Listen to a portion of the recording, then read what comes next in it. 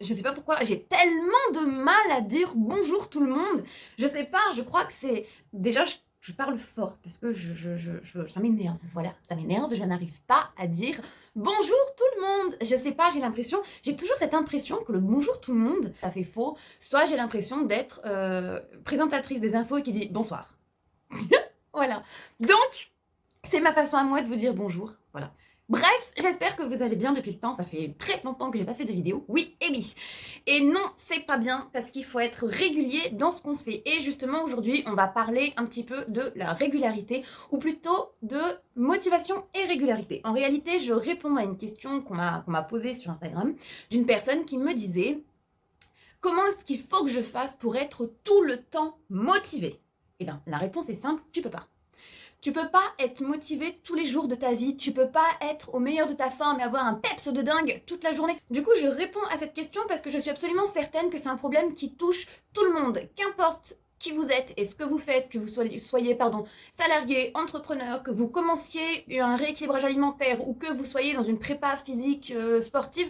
Bref, je suis absolument certaine que la motivation, c'est pas quelque chose que vous avez tout le temps, tous les jours, 24 heures sur 24.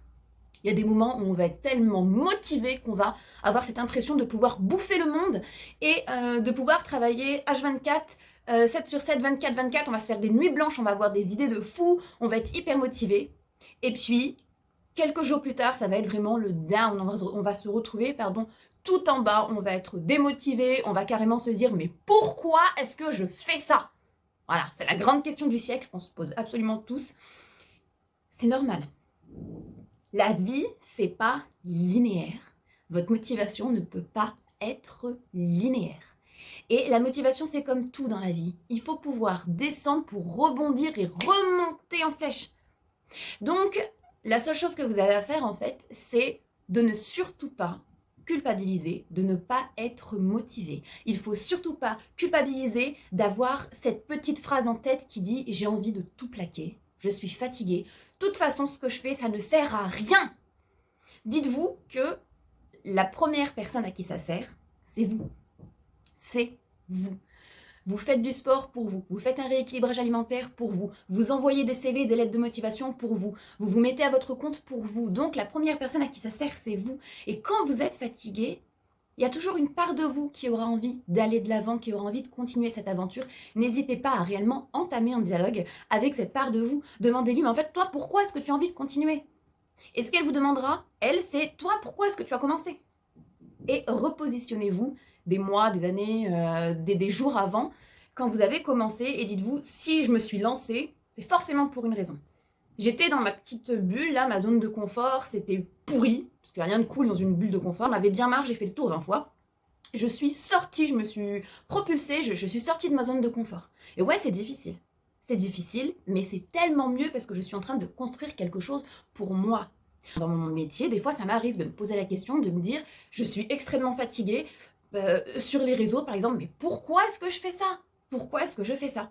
Et puis, je me rappelle qu'il y a quand même 40, 50 personnes que j'aide, qui m'envoient des messages, même s'ils ne m'envoient pas des messages tous les jours, qui m'ont déjà envoyé un message en me disant « J'adore te suivre sur Instagram, par exemple. J'adore ce que tu dégages, j'adore les conseils que tu donnes. » Et c'est pour ces personnes-là, même quand je suis très fatiguée et que j'ai clairement envie de supprimer mon compte Instagram, je pense à ces personnes-là et je me dis « Non, tu es en train d'aider des gens. » Alors, je ne parle pas du tout de mes coachés, parce que mes coachés, c'est des personnes que je vais plus ou moins, avec qui je vais être en contact plus ou moins au quotidien. Et je vous garantis qu'à chaque fois que j'ai envie de tout plaquer, c'est à ces personnes-là, que je pense. Et puis, je vais positiver. Je vais vraiment me concentrer sur ce qui est positif dans mon action et plus régulièrement dans ma journée. J'en ai déjà parlé quand on a fait le petit coaching gratuit sur le compte Les Secrets d'Adaïs, je vous mettrai le Instagram par là. Je vous disais ce dimanche-là qu'il fallait impérativement vous concentrer sur tout ce qui était positif, et c'était d'ailleurs le thème du coaching, c'était la positivité, et on avait évoqué les gratitudes à mettre en place tous les jours. Dans votre journée, il y a forcément quelque chose qui se passe de bon, et à la fin de votre journée, il faut vous concentrer sur ces choses-là, sur la chose. Bon, généralement, j'en demande 3 minimum. Il y a forcément 3 bonnes choses. Ça peut être mon café a été délicieux, il a fait beau aujourd'hui et j'ai passé un bon moment en famille. Ça, c'est 3 gratitudes. Ça peut paraître absolument rien, mais plus vous allez le faire et plus vous allez vous rendre compte qu'en réalité c'est une chance. Peut-être qu'il a fait beau chez vous, qu'il a fait très mauvais ailleurs. Peut-être que vous avez la chance de passer un moment en famille alors que d'autres personnes sont à des kilomètres de leur famille. Et peut-être que votre café était super bon alors que le mien ce matin était beaucoup trop corsé et c'est une réalité. Voilà. Les gratitudes, ça va vous aider à positiver et du coup à toujours voir le verre à moitié plein plutôt qu'à moitié vide. Et c'est ce genre de choses qui vont vous permettre, quand vous descendez en fait, quand vous vous sentez mal, quand vous avez des petits coups de pas bien, c'est ce genre de choses qui vont vous permettre de vous tirer vers le haut, d'aller encore plus haut et de redémarrer parce que vous allez éviter d'être dans la négativité et de broyer du noir et du coup de vraiment laisser tomber.